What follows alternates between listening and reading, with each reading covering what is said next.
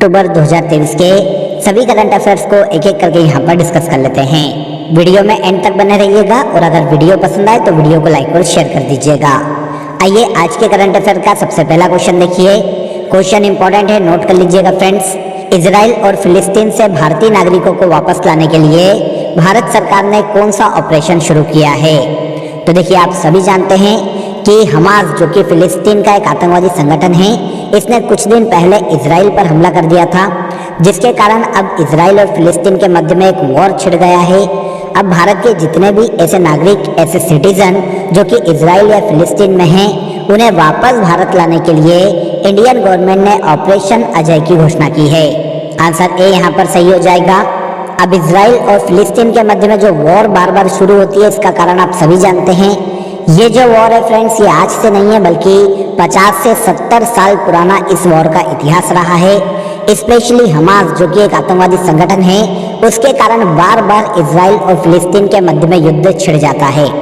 अब दोनों ही देश क्योंकि युद्ध कर रहे हैं, तो ऐसी कंडीशन में दोनों ही देशों में जो इंडियन फंसे हुए हैं, जो भारतीय सिटीजन फंसे हुए हैं, जो या तो छात्र थे या फिर IT पेशेवर थे या फिर हीरा व्यापारी थे या फिर किसी भी प्रकार के बिजनेसमैन थे, अब वो वहाँ फंसे हुए हैं, तो इन्हें वापस भारत लाने के लिए इंडियन गवर्नमेंट ने ऑपरेशन अजय की घोषणा की है। अब ये तो हो जाता है ऑपरेशन अजय। इसके अलावा भी देखिए, हाल ही के कुछ समय में इंडिया ने काफ़ी सारे अलग अलग ऑपरेशंस अलग अलग देशों में चलाए हैं, उनके बारे में भी यहाँ पर हम जान लेते हैं। जैसे देखिए, ऑपरेशन कावेरी की बात करते हैं तो सूडान में फंसे हुए भारतीयों को वापस लाने के लिए इस ऑपरेशन को इंडियन गवर्नमेंट के द्वारा चलाया गया था। सूडान कुछ समय पहले गृह युद्ध से जूझ रहा था, उस वक्त भारतीयों को वापस लाने के लिए ऑपरेशन कावेरी चलाया गया था। फिर तुर्की और सीरिया में काफ़ी विनाशकारी भूकंप आया था, तब भारतीयों को निकालने के लिए ऑपरेशन दोस्त चलाया गया था। म्यांमार से भारतीयों को वापस लाने के लिए ऑपरेशन करुणा चलाया गया था और यूक्रेन रूस युद्ध के समय यूक्रेन में फंसे भारतीयों को वापस लाने के लिए ऑपरेशन गंगा का ऐलान किया गया था। तो ये अदर ऑपरेशन हैं जो कि इंडियन गवर्नमेंट के द्वारा चलाए गए हैं, सभी को याद रखिएगा, इंपॉर्टेंट है। अभी हम ऑपरेशन अजय की बात करते हैं, तो ये इजराइल और फिलिस्तीन में जो भारतीय फंसे हुए हैं, उन्हें वापस लाने के लिए इंडियन गवर्नमेंट के द्वारा चलाया गया है। इसके बाद सेकेंड क्वेश्चन देखिए, हाल ही में किस राज्य के मरचा धान को GI टैग प्रदान किया गया? मरचा धान देखिए चावल है फ्रेंड्स, धान की एक किस्म है जो कि पश्चिमी बिहार राज्य में या उत्तरी बिहार राज्य में काफी उगाई जाती है। हाल ही में बिहार के मरचा धान चावल को GI टैग प्रदान किया गया है। अब देखिए, इसकी जो आकृति है, क्योंकि वो काली मिर्च के समान है, इसीलिए इस धान की किस्म को मरचा धान या मिर्चा धान नाम दे दिया गया है। वैसे ये चावल अपनी विशेष सुगंध, अपनी महक के कारण पूरे भारत में प्रसिद्ध है, बिहार राज्य में पाया जाता है स्पेशली। इसके अलावा बिहार के जो अदर GI टैग प्राप्त प्रोडक्ट हैं, उनकी भी हम बात कर लेते हैं। तो शाही लीची जो कि देखिए मुजफ्फरपुर जिले में उगाई जाती है, जर्दालू आम जो कि बिहार के भागलपुर में, कतरनी चावल जो कि बिहार के भागलपुर में, मिथिला का मखाना जो कि बिहार राज्य में पाया जाता है मिथिला क्षेत्र में, और मगही पान जो कि बिहार के मगध में काफ़ी फेमस है, इन्हें भी पहले GI टैग दिया जा चुका है। ये GI टैग प्राप्त बिहार के अन्य प्रोडक्ट है, याद रखिएगा। और अब मरचा धान चावल को GI टैग दिया गया जो कि बिहार के पश्चिमी चंपारण जिले में उगाया जाता है। आगे आ जाइए, ICC वनडे वर्ल्ड कप में सर्वाधिक शतक लगाने वाले खिलाड़ी कौन हैं?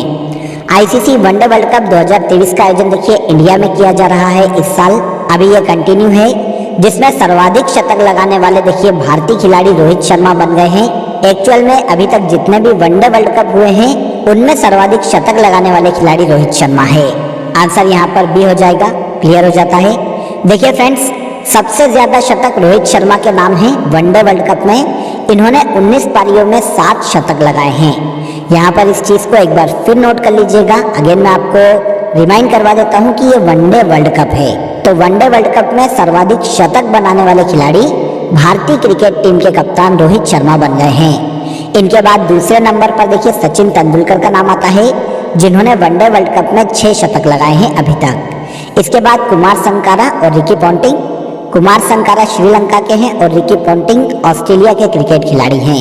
इन दोनों ने वनडे वर्ल्ड कप में एक समान मतलब 5-5 शतक अपने नाम किए हैं। अब इसके अलावा एक और रिकॉर्ड देखिए रोहित शर्मा के नाम आ जाता है। अंतर्राष्ट्रीय क्रिकेट में सर्वाधिक छक्के लगाने का रिकॉर्ड भी रोहित शर्मा ने अपने नाम कर लिया है। इन्होंने अंतर्राष्ट्रीय क्रिकेट में टोटल 556 छक्के लगाए हैं और इसके साथ ये पहले स्थान पर है। दूसरे स्थान पर क्रिस गेल आते हैं वेस्ट इंडीज के, जिन्होंने इंटरनेशनल क्रिकेट में 553 छक्के लगाए हैं। और तीसरे नंबर पर शाहिद अफरीदी, जो कि पाकिस्तान के क्रिकेट खिलाड़ी रहे हैं, इन्होंने अंतर्राष्ट्रीय क्रिकेट में 476 छक्के अपने नाम किए हैं। तो यहाँ पर रोहित शर्मा के नाम पर 2 रिकॉर्ड आ जाते हैं, वनडे वर्ल्ड कप में सर्वाधिक शतक लगाने का रिकॉर्ड और अंतर्राष्ट्रीय क्रिकेट में सर्वाधिक छक्के लगाने का रिकॉर्ड रोहित शर्मा के नाम पर है। निम्न में से कौन सा देश 90 P20 मतलब पार्लियामेंट 20 शिखर सम्मेलन की मेजबानी कर रहा है? तो 2023 में देखिए 90 P20 मतलब पार्लियामेंट 20 शिखर सम्मेलन की मेजबानी इस साल इंडिया कर रहा है। भारत की राजधानी नई दिल्ली में 13-14 अक्टूबर 2023 को इस शिखर सम्मेलन का आयोजन किया जाएगा।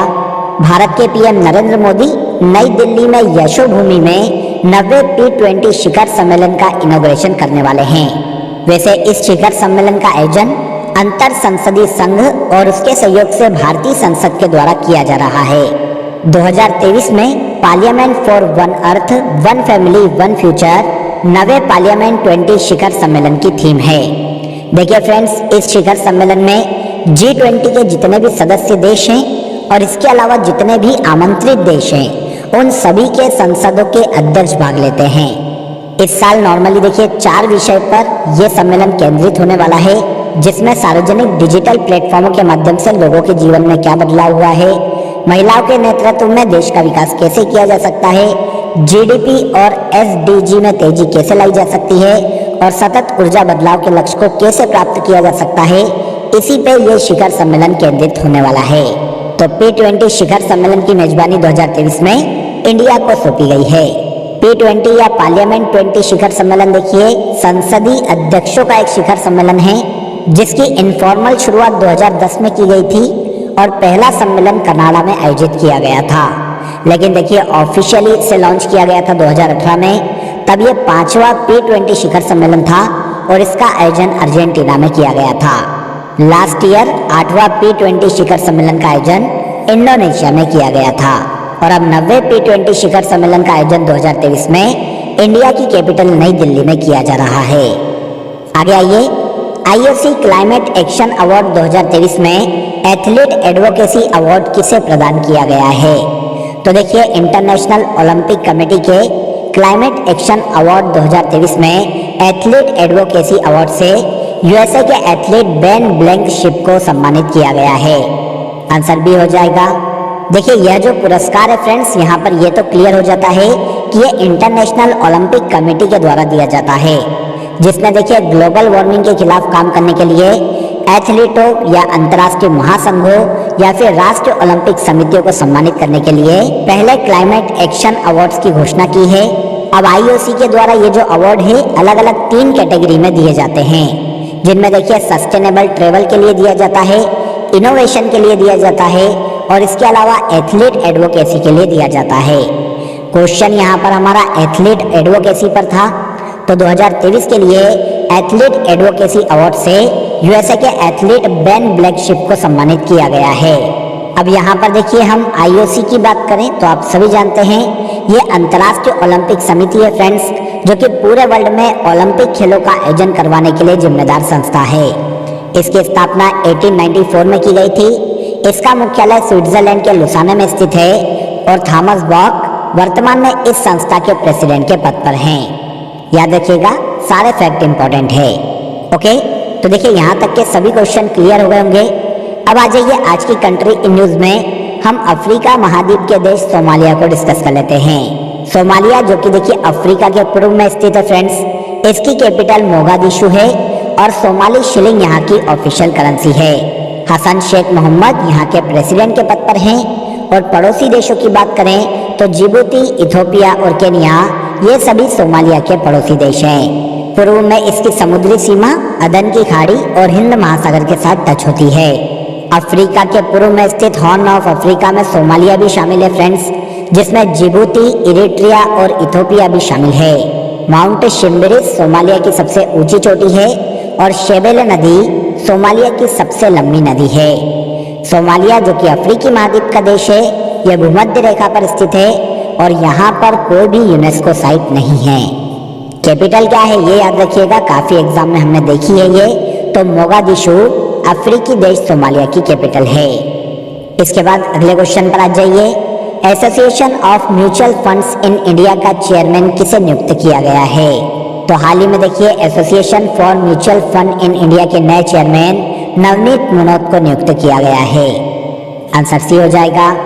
नवनीत मुनोत के पहले ए बाला सुब्रमण्यम इस संस्था के चेयरमैन के पद पर थे, जिनके स्थान पर अब नवनीत मुनोत को association of mutual funds in India का नया चेयरमैन नियुक्त किया गया है। इसके अलावा देखिए इस संस्था के उपाध्यक्ष के रूप में एंथनी हेरेडिया को नियुक्त किया गया है। इस संस्था की बात करें तो इसकी स्थापना 22 अगस्त 1995 में की गई थी और इसका मुख्यालय महाराष्ट्र के मुंबई में स्थित है। नवनीत मुनोत वर्तमान में association of mutual funds in India के नए चेयरमैन नियुक्त किए गए हैं। हाल ही में बांग्लादेश में पद्मा ब्रिज रेल लिंक परियोजना का शुभारंभ हुआ। इस परियोजना का विकास किस देश के सहयोग से किया गया है? पहला फैक्ट तो देखिए यहाँ पर ये इंपॉर्टेंट हो जाता है कि पद्मा ब्रिज रेल लिंक परियोजना किस देश में स्थित है? तो ये बांग्लादेश में देखिए गंगा नदी पर स्थित है, क्योंकि गंगा को बांग्लादेश में पद्मा के नाम से जाना जाता है। अब इस परियोजना को बांग्लादेश में चीन के सहयोग से शुरू किया गया है। चीन के सहयोग से बांग्लादेश में ढाका और बांग्लादेश के जशोर को जोड़ने वाली 82 किलोमीटर लंबी पद्मा ब्रिज रेल लिंक परियोजना का शुभारंभ किया गया, जो कि देखिए चीन की belt and road initiative policy के तहत बनाई गई है। इस प्रोजेक्ट की अगर हम लागत देखने जाए फ्रेंड्स, तो ऑलमोस्ट देखिए 39,000 करोड़ टका इसकी लागत है। टका बांग्लादेश की ऑफिशियल करेंसी है, जिसमें से देखिए बैंक ऑफ चाइना ने ऑलमोस्ट 21,000 करोड़ रुपए टका का ऋण दिया है। तो इस तरह से ये चीन के सहयोग से बांग्लादेश में विकसित की गई रेल लिंक परियोजना है। तो पद्मा ब्रिज रेल लिंक परियोजना बांग्लादेश में स्थित है। इसके बाद देखिए चर्चा में रहे मैराथन धावक केल्विन किप्टन किस देश से संबंधित है? तो केल्विन किप्टन जो कि देखिए मैराथन धावक है फ्रेंड्स, ये केनिया देश से संबंधित है। केनिया के सिटीजन हैं जिन्होंने हाल ही में शिकागो मैराथन जीती है। यहाँ पर हमसे कंट्री पूछी गई है, तो केल्विन किप्टन केनिया देश के रहने वाले हैं। इन्होंने देखिए शिकागो में आयोजित शिकागो मैराथन को 2 घंटे 35 सेकेंड में पूरी करके सबसे तेज मैराथन पूरी करने का वर्ल्ड रिकॉर्ड अपने नाम कर लिया है। तो शिकागो मैराथन जीतने वाले केल्विन किप्टन केनिया देश के रहने वाले हैं। शिकागो मैराथन की बात करें तो इसका आयोजन देखिए यूएसए के शिकागो में किया जाता है, जिसकी शुरुआत सबसे पहली बार 1977 में की गई थी। इसके बाद देखिए विश्व गठिया दिवस 2023 की थीम क्या है? तो देखिए वर्ल्ड आर्थराइटिस डे की बात करें तो सबसे पहले इसके बारे में तो हमें ये पता होना चाहिए कि इसे हर साल मनाया कब जाता है। तो हर साल देखिए 12 अक्टूबर को पूरे विश्व में वर्ल्ड आर्थराइटिस डे के रूप में मनाया जाता है। इट्स इन योर हैंड 2023 में इस डे की थीम है।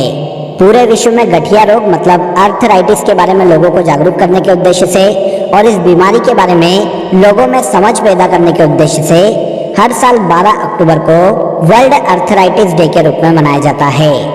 देखिए friends, arthritis and rheumatism international के द्वारा सबसे पहली बार 1996 में 12 अक्टूबर को गठिया दिवस के रूप में मनाया गया था और तब से लेकर हर साल 12 अक्टूबर को वर्ल्ड आर्थराइटिस डे के रूप में मनाया जा रहा है। यहाँ पर आर्थराइटिस के बारे में आप सभी जानते हैं कि ये जोड़ों के दर्द में या जोड़ों के सूजन से संबंधित एक बीमारी है फ्रेंड्स, जिसका रूप पूरे वर्ल्ड में सबसे भयानक है। तो इसे रोकने के लिए लोगों में इसके प्रति जागरूकता फैलाने के उद्देश्य से हर साल 12 अक्टूबर को वर्ल्ड आर्थराइटिस डे के रूप में मनाया जाता है।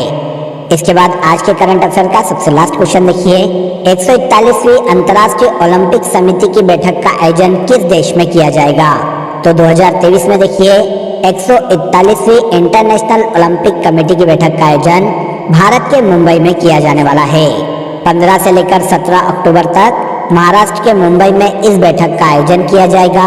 अब देखिए 2023 की 141वीं बैठक के पहले 1983 में भी इंटरनेशनल ओलंपिक कमेटी की बैठक इंडिया में आयोजित की जा चुकी है। 1983 में भारत की राजधानी नई दिल्ली में इसकी 86वीं बैठक का आयोजन किया गया था।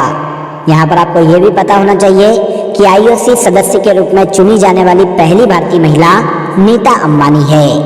आईओसी की बैठक में ही ओलंपिक से जुड़े सभी अहम फैसले लिए जाते हैं और हर साल इसकी बैठक का आयोजन किया जाता है।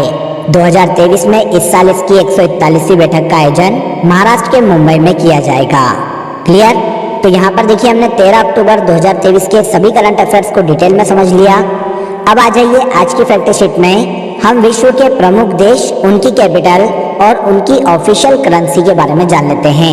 यहाँ से एग्जाम में काफी क्वेश्चन पूछे जाते हैं, तो हम एशिया से इसकी शुरुआत करते हैं। तो देखिए इंडिया के बारे में आप सभी जानते हैं, नई दिल्ली हमारी कैपिटल है और हमारी ऑफिशियल करेंसी रुपया है। बांग्लादेश की कैपिटल ढाका है और टका यहाँ की ऑफिशियल करेंसी है। भारत के पड़ोसी देश भूटान की कैपिटल थिम्पू है और निगुल ट्राम यहाँ की ऑफिशियल करेंसी है। नेपाल की कैपिटल काठमांडू है और यहाँ पर नेपाली रुपया चलता है। म्यांमार की कैपिटल नैपीता है और यहाँ की ऑफिशियल करेंसी क्यात है। इसके बाद देखिए पाकिस्तान की कैपिटल इस्लामाबाद है और यहाँ की ऑफिशियल करेंसी पाकिस्तानी रुपया है। अफगानिस्तान की कैपिटल काबुल है, यहाँ की ऑफिशियल करेंसी अफगानी कहलाती है। चीन की कैपिटल बीजिंग है जिसकी ऑफिशियल करेंसी युआन है और इसके अलावा रेनमिनबी भी चीन की ऑफिशियल करेंसी है। श्रीलंका की कैपिटल कोलंबो है, श्रीलंकाई रुपया यहाँ की ऑफिशियल करेंसी है। और ईरान की कैपिटल तेहरान है और यहाँ की ऑफिशियल करेंसी रियाल है। ओके, अब आ जाइए लास्ट डे के सेशन में जो करंट अफेयर हमने डिटेल में समझा था उसे हम एक बार यहाँ पर रिवाइज कर लेते हैं। IMF की रिपोर्ट के अनुसार फाइनेंशियल ईयर 2023-24 में भारत की संशोधित अनुमानित GDP वृद्धि दर 6.3% है। हुरून इंडिया रिच लिस्ट 2023 के अनुसार भारत के सबसे अमीर व्यक्ति मुकेश अंबानी हैं। हिंद महासागर रिम एसोसिएशन का नया अध्यक्ष श्रीलंका को नियुक्त किया गया है। अंतर्राष्ट्रीय बालिका दिवस हर साल 11 अक्टूबर को मनाया जाता है। भेल के नए निदेशक के रूप में बानी वर्मा को नियुक्त किया गया है। 8वां ब्रिक्स अंतर्राष्ट्रीय प्रतिस्पर्धा सम्मेलन का आयोजन नई दिल्ली में किया जा रहा है। इसके बाद आइए प्रोजेक्ट कुइपर को अमेजन के द्वारा शुरू किया गया है। जवाहरलाल नेहरू यूनिवर्सिटी ने डॉक्टरेट की मानद उपाधि सामिया सुलू हसन को दी है फ्रेंड्स, जो कि तंजानिया देश की राष्ट्रपति है। केंद्र सरकार द्वारा माय भारत संस्था को मंजूरी दी गई जिसका पूर्ण रूप माय यंग भारत है। इसके बाद लास्ट देखिए लेक लड़की यानी प्यारी बेटी योजना महाराष्ट्र गवर्नमेंट के द्वारा हाल ही में लॉन्च की गई है। तो ये सभी ऐसे करंट अफेयर हैं जिन्हें हमने लास्ट डे के सेशन में डिटेल में समझा था। अब आ जाइए आज के लिए आप सभी के लिए क्वेश्चन ऑफ द डे है, भारत में सबसे पहली बार किस वस्तु को GI टैग दिया गया था? वेरी इंपॉर्टेंट, कमेंट में जरूर बताइएगा कि इस क्वेश्चन का आंसर क्या है।